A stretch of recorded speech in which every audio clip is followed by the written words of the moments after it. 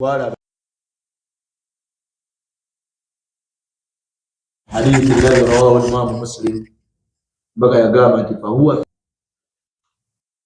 مصحيح ترغيب والترهيب يقامة من صلى الفجر في جماعة فهو في ذمة الله لا يقول قبيل أن ينقى كاتلزة.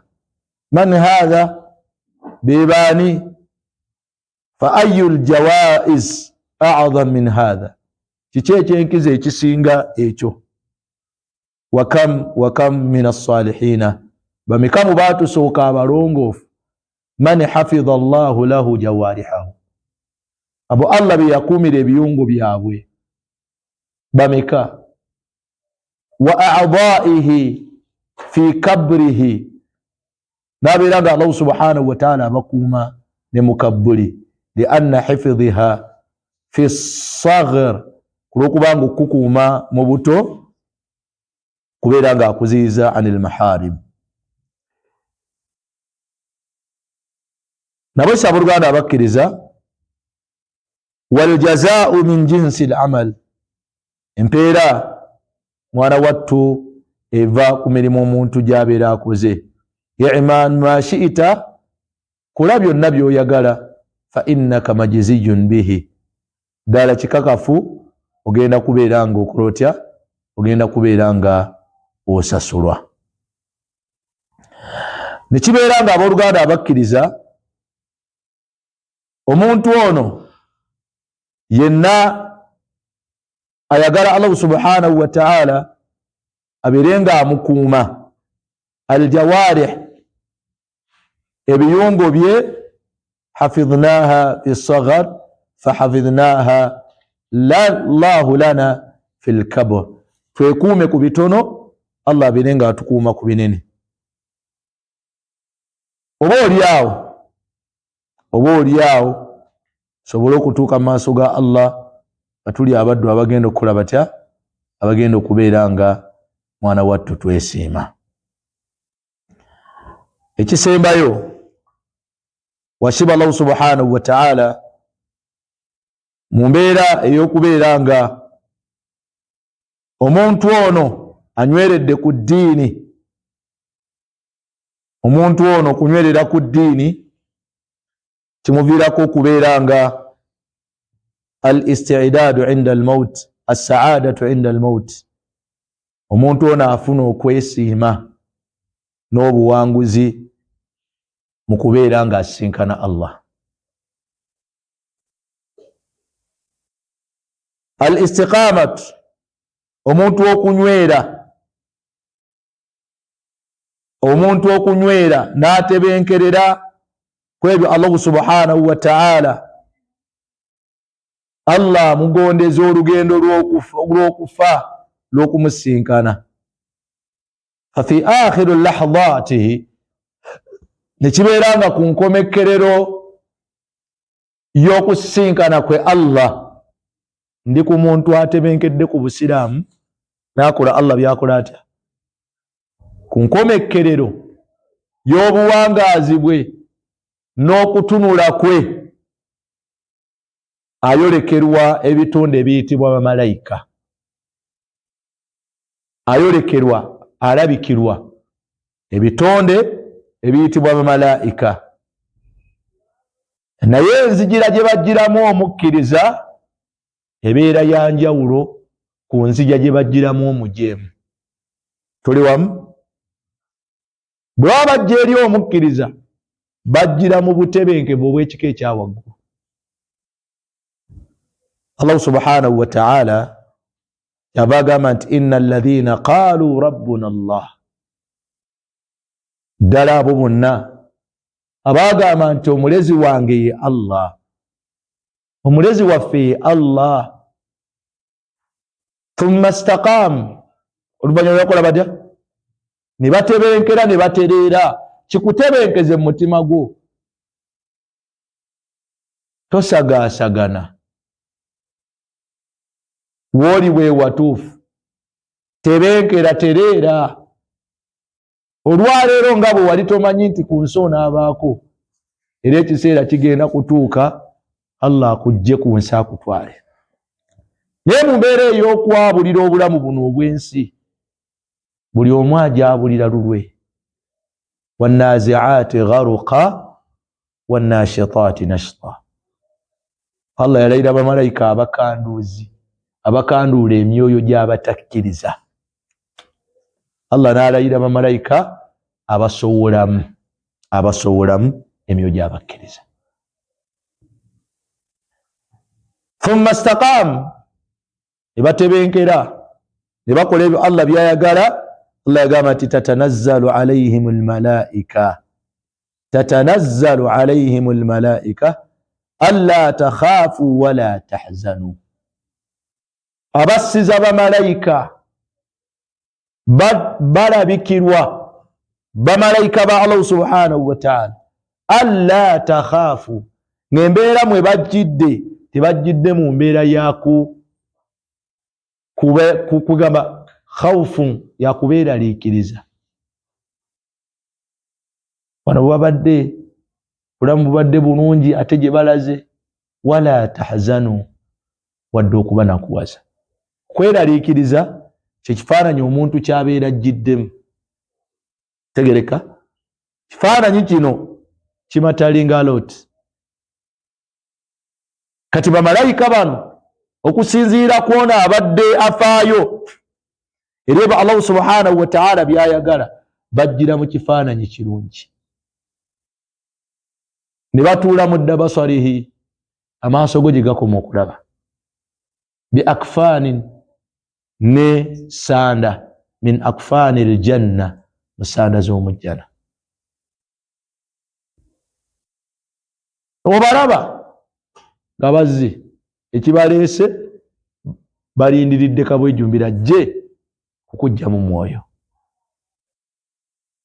alla takhaafu wala tonakuwala, wa abshiru biljannati allati kuntum tuwa'adun. Bajja n'amawulire ag'essanyu, ag'okusanyusa, ag'ejjana. wa abshiru biljanna, mumusanyuse mumuwa amawulire ag'essanyu omuddu wange, amawulire ag'ejjana. allati kuntum tuwa'adun, ebyo gyabadde ku nsi ng'atakabanira. Subhanallah, beera mukozi atakabanira ejjana, tobeera mukozi atakabanira edduniya. Beera mukozi anoonya ejjana mu bulamu bwo. Saba Allah akinyambeko nammwe akibayambeko.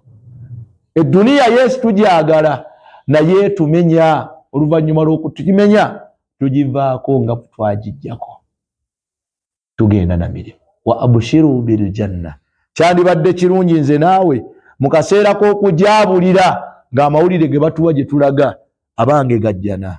allati kuntum tu'adun, ebyo gye tubadde nga tutakabanira. Aya etujjukiriza ey'ekitiibwa anna almustaqim, nti omuntu ateredde n'atebenkera bamusanyusa n'ejjana. wala yakhaafu ala ma khalfihi, tafunamu mbeera yakunakuwala na kweraliikirira ku ebyo byagenda okuleka, bizinesi, abaana, abakyala, kubanga gyalaze waliyo ebirungi ebisinga bino byabaddemu. wala yahzan, tanakuwala, teyeeraliikirira wadde okunakuwala. liannahu, kulwokubanga ya'lam, akimanyi, anna ma inda Allahi khayrun wa abqa, ebyo ebiri ewa Allah byebikira, byebirungi, ate era byebyokusigalawo. ma inda Allah, ebiri ewa Allah khayrun, byebirungi, ate wa abqa, byebyokusigalawo. Nekibeera nga almu'minu almustaqim, gw'omukkiriza atebenkedde n'anywera ku busiraamu bwo, alladhi baa'a dunyahu, wuliriza ebigambo bino, alladhi baa'a dunyahu, oye yatunda edduniya ye, washtara akhiratahu, n'agula enkomerero. Imamu wo kategedde bulungi. Baa duniyahu, yasalawo kuwaayo ki duniya ye, abalala gye balulunkanira okufuna, n'agulamu ki? N'agulamu enkomerero. Washtara akhiratahu, yagulamu enkomerero oyo. Wa'adahu Allah, yamulaganyisa Allah subhanahu wa ta'ala bijannatin, yamulaganyisa jana. Obugazi bwayo yenkana etya? Yagamba nti aruduha, obugazi bwayo as-samawati wal ard, gulunaasi. Naye ffe olwaleero unansun, abantu yabi'una, batunda akhiratahum, enkomerero yaabwe, likai yashtari, ne bagiwanyisizaamu ne bagula, washtara biduniya, ne bagulamu eduniya. Atunda atya enkomerero ye? Atunda eswala, atunda eswala. Azitunyumiza bya swala byo,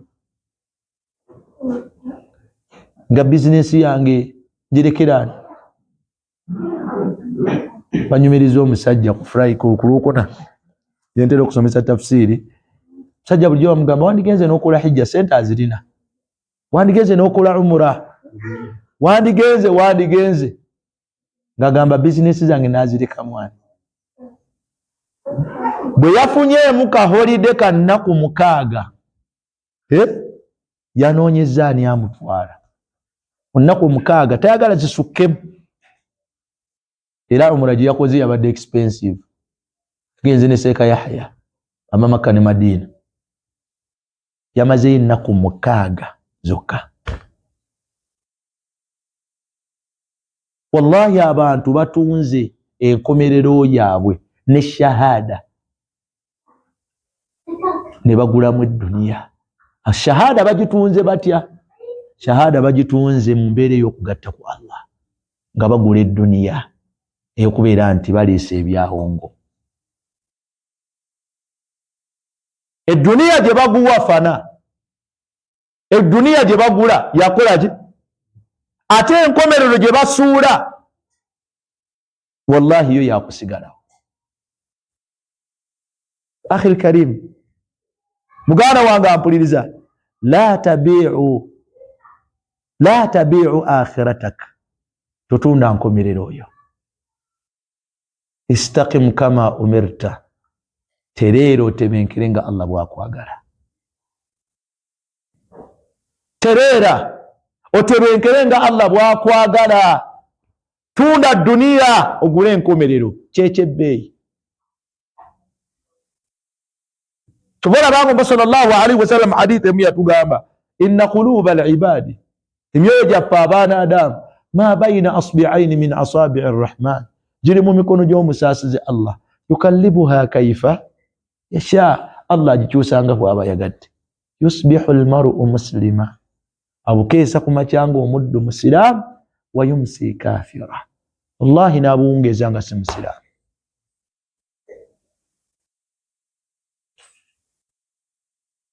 Kaifa dhalik, kaifa dhalik.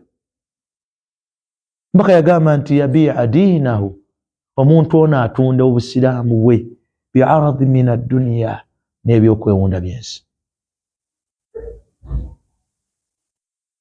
Atunda eduniya, atunda enkomerero.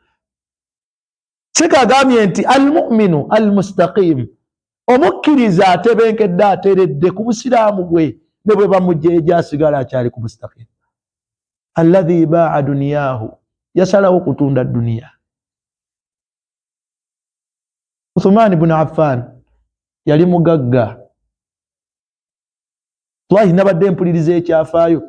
Bw'ogenda e Makka waliwo hoteri nene, Madina, kizimbe kinene kiri mu Madina, naye bagamba nti wakufu Uthman ibn Affan yajjeeta okufuuka wakufu ye. Bwe tumala okusenguka okuva e Makka okugenda e Madina, Uthmani yagula oluzzi naye omusajja omuyahudi yasooka gaana ddumuguza n'agamba nti kale tubeerenga tutunda muyahudi abeereko n'olunaku lwe n'Uthmani abeereko n'olunaku lwe naye ng'olunaku Uthmani lwatunda kubeerako abantu bangi olunaku omuyahudi lwatunda tewabaayo lwadde n'omuntu n'omu yakomekereza agambye Uthmani kankuguza oluzzi bw'amala okugula oluzzi olwo n'aluwaayo eri obusiraamu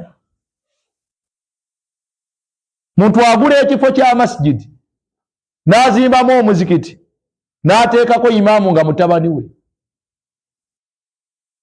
oba n'ateekawo embeera yonna Uthmani n'aluwaayo eri obusiraamu oluzzi luno lwagenda okukeera ku makya nga balina ennimiro eri ku mabbali ennimiro ya Uthmani nga bajjamu entende zino kubanga ennimiro ono yali mu ntende yalimu omusajja omuyahudi baali bayita mu ntende n'ennimiro entende n'aziguliramu baddiranga ssente ne bajjako ezimu ne bazitereka tuli wamu mu bbanka balina bwe baziterekanga ku mirembe gyajjanga esigadde ne zikola emirimu gye bazigaba eri abanaku n'abeetaavu bwagenda okukeera ku makya ng'essente za Uthmani wallahi zigeze bamuzimbiramu ekizimbe kiri Madiina era bw'otuuka kuliko wakufu Uthmani bun Affan ekyo kyakola amagoba oli yafa naye n'amagoba akyafuna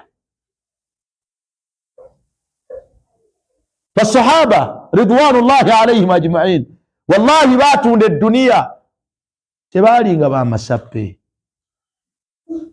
olwaliro mpulira ku social media balimu bagamba nti weeyagaleko ng'ofunye ku ssente kweyagala kikuoba kwolagira abantu beeyagale islamically beeyagale mu busiraamu oba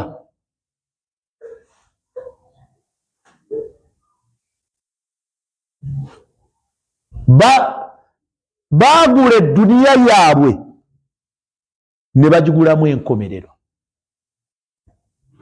wa inda Allahi azza wa jalla nga mu maaso g'owekitiibwa Allah baagulamu jjana arduha as-samawati wal ard ng'obugazi bwayo bwenkana edduniya bw'osoma ku kyafaayo kya Ammar bun Yasir kyafaayo kya Mus'ab bun Umayr Mus'ab bun Umayr yali ava mu famire ennangira njagala kulaga kigambo istiqamatu ala kunywerera ku ddiini omuvubuka mpuliriza kubanga ffe olwalero ebisinza okututwala nsi era bye tuggwereddemu nabyo Mus'ab bun Umayr yali ava mu famire ennangira ng'ayambala mwana wa mulangira lamma aslama bwe yamala okusiramuka ebyekirangira ne biggwaawo ng'ateekeddwa kutebenkera na kunywerera mu busiraamu kitaawe amugamba Mus'ab okuddayo okuddiza ebitiibwa bye wali olina mu Makka oteekeddwa okusooka okudda eno naye ekitali ekyo byerabire bikafuuwe Mus'ab yagamba nti sigaza ssente ezo n'ebitiibwa byo y'omu ku baana abalenzi abaasenguka mu lusenguko olwasooka yakeerewamuko baakeerewamu okutambula okugenda naye ng'ekyamukeereya kiki si kirala baali balina we bamusibidde nga taata we tayagala agende aba Allah wamusaasira n'avaayo olugendo olusenguka lwe twasenguka ogende Habasha Ethiopia ng'obulamu bwo obwensi Mus'ab atuuka okuva mu bulamu buno obwensi wallahi yafiira Uhud wali eri paka abuuza agamba nti obusiraamu bufiiriddwa omuvubuka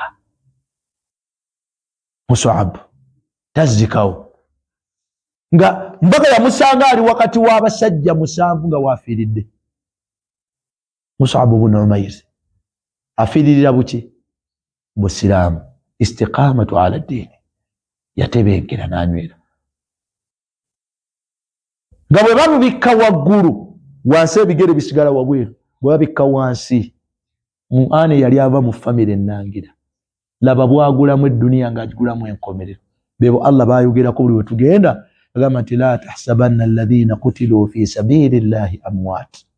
Temulowooza nti buli yenna eyafiira mu kkubo lya Allah mufu, bal ahyaun inda rabbihim yurzaqun. Mulamu eri Allah ali mu kugabirirwa. Ate farihina bima ataahumullah, musanyufu n'ekyo Allah kyamuwadde. Onaabeera musanyufu nga Allah omusisinkanye n'obusiraamu bwo? Muvubuka munnanga mpuliriza, biki byokoledde mu buvubuka? Kye twagala kyenkana eggulu n'ensi. Hadha jazaa'ul mustaqim. Eyo y'empeera y'omuddu atebenkeredde mu busiraamu. Wa hadhihi, era ne kino kye twogerako, hiya ghanimatuhu al-kubra. Gwe mugabo omunyago omunene wallahi gwagobolodde mu kutebenkera mu busiraamu. Fanala mahabbatullah wa ridah, nabeera nga asisinkanye okwagala kwa Allah n'okusiima. Asisinkanye okwagala Allah n'okusiima.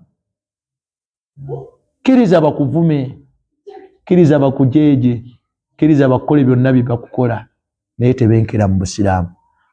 Manya nti wentuuse natuuka.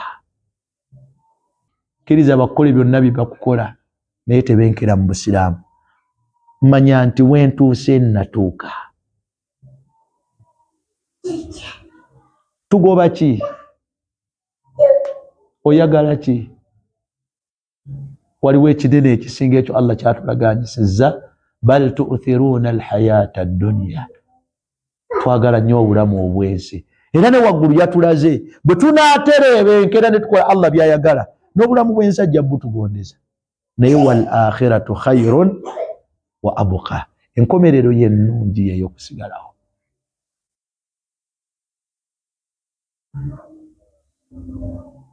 Nabo Ssaabuluganda abakkiriza tebenkera mu busiraamu. Tebenkera mu buki?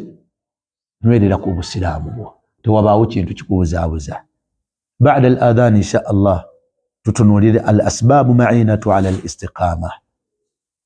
Nsonga ki ezigenda okukuyambako okubeera ng'otebenkera mu busiraamu. Waja'alna likulli shay'in, naye ng'ebitutwala bingi. Tugumire ku ki? Bw'otulaba oti gundi ensi yamutwala, bw'otulaba oti fulani yage, bw'otulaba oti biki by'oba weekwatako osobole okubeera ng'obusiraamu buno mwana wattu okyabulina.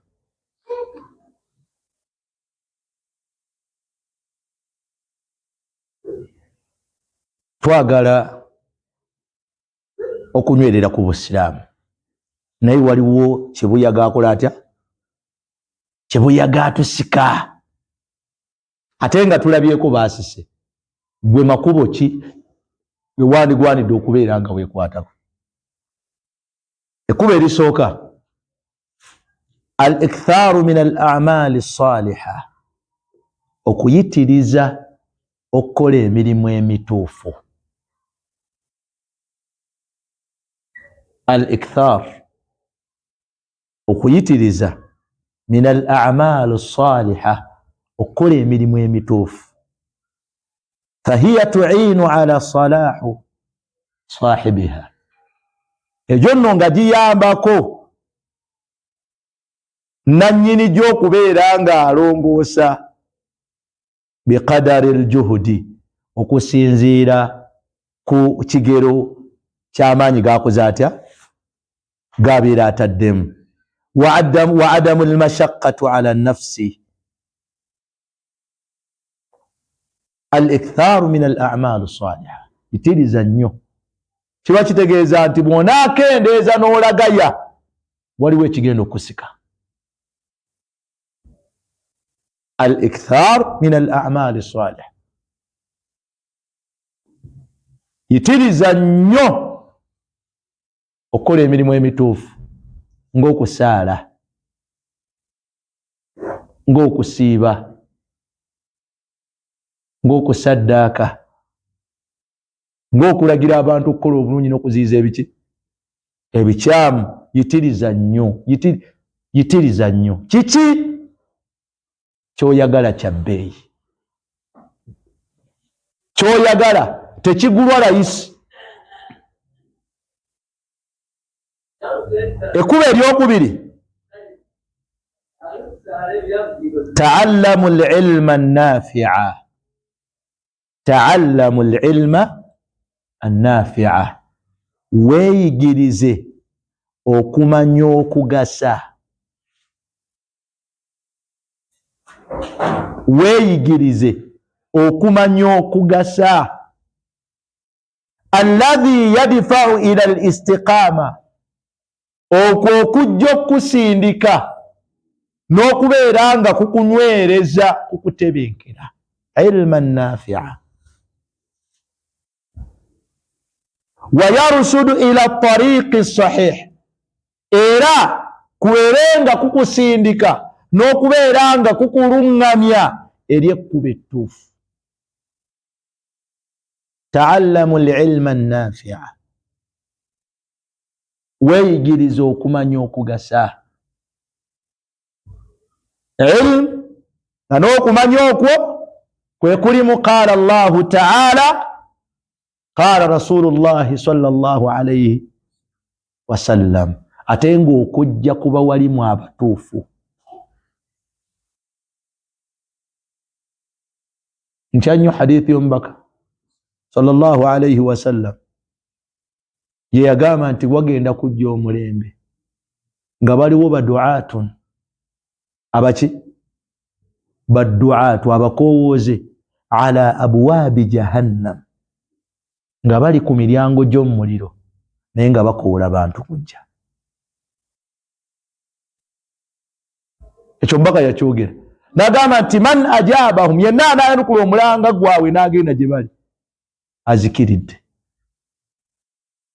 Anaabeesaama n'atagenda gye bali, agenda kuwona. Ku mulembe guno onaabawona otya? Muganda wange, ku mulembe guno ogenda kubawona otya? Ogenda kubasensula otya?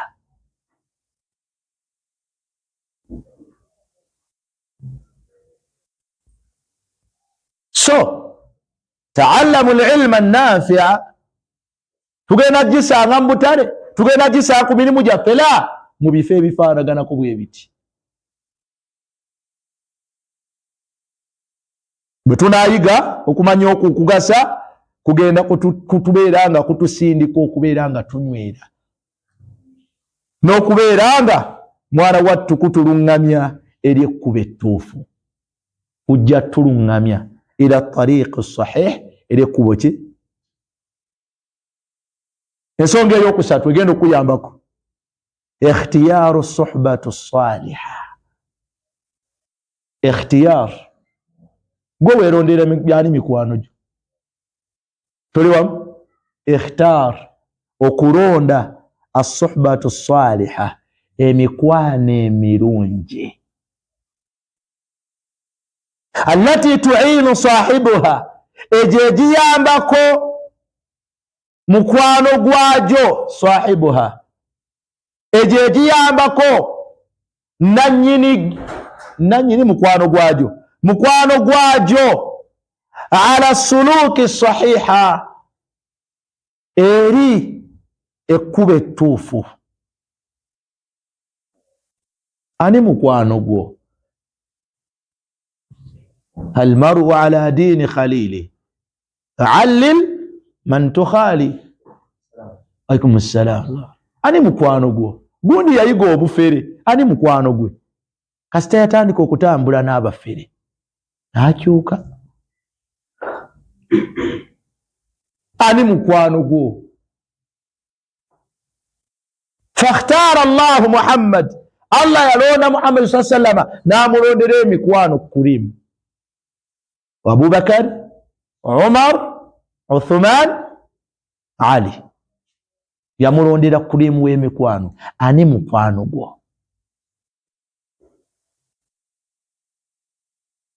ikhtar ne bw'obeera musajja mukulu londa emikwano egigenda okukunywereza ku gundi ku manhaji sahiha okutebenkeza mu busiraamu bwo. Ne bw'abeera mwana muwala atambula n'abaani ani mikwano gye. Ne bw'obeera ng'ogenda kuwasa ani gw'ogenda okuwasa gw'ogenda okufuula mukwano gwo ani mukwano gwo. Allil man tukhali.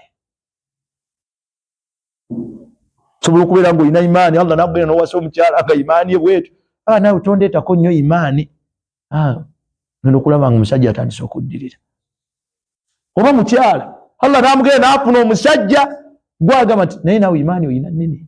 Allah bw'aba tamusaasidde nga yamukyusiza.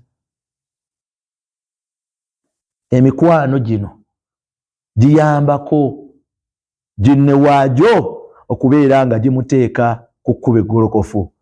Watushajji'uhu ala fi'li alkhayri, gimunyweza okukola ebikolwa ebituufu ebirungi. Wayushajji'uhu, gimunyweza ala fi'li alkhayri, okubeera nga akola ebirungi. Wathabata alayhi, n'okubeera nga anywerera ku byo.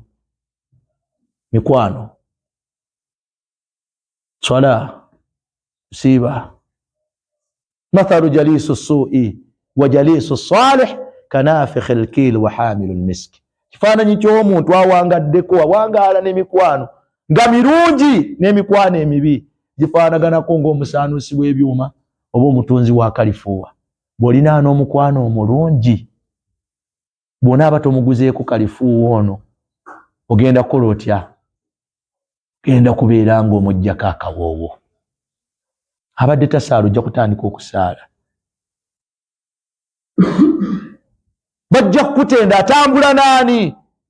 Musajja muvubuka mulungi talina ttabu, nawe bagenda tandika okukutendera n'ebitendo, naye tambula n'ab'emize bagenda kukutenda ku mize. Ani mukwano gwo mufe abatuuliza agenda okunywereza ku istiqaama, agenda okunywereza mu busiraamu? Ani mukwano gwo?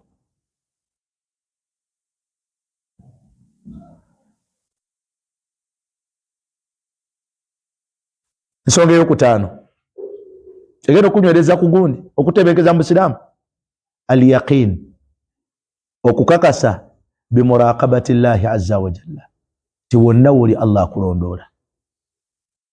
Kakasa nti wonna woli Allah akulondoola, tojja kukola gafula. Kakasa nti wonna woli Allah akulondoola. Lil insan fi kulli kabiratin wa saghira, eri omuntu kakabeere katono kakibeere kinene, omutima gwo gukakase nti Allah akulondoola. Fe abakola bye tukola nga tetukakasa nti Allah atulaba atulondoola.